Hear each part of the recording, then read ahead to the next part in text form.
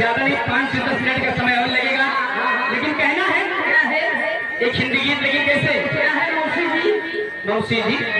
अब तो मौसी दिखाते ही कहना है क्या है ला ला ला ला ला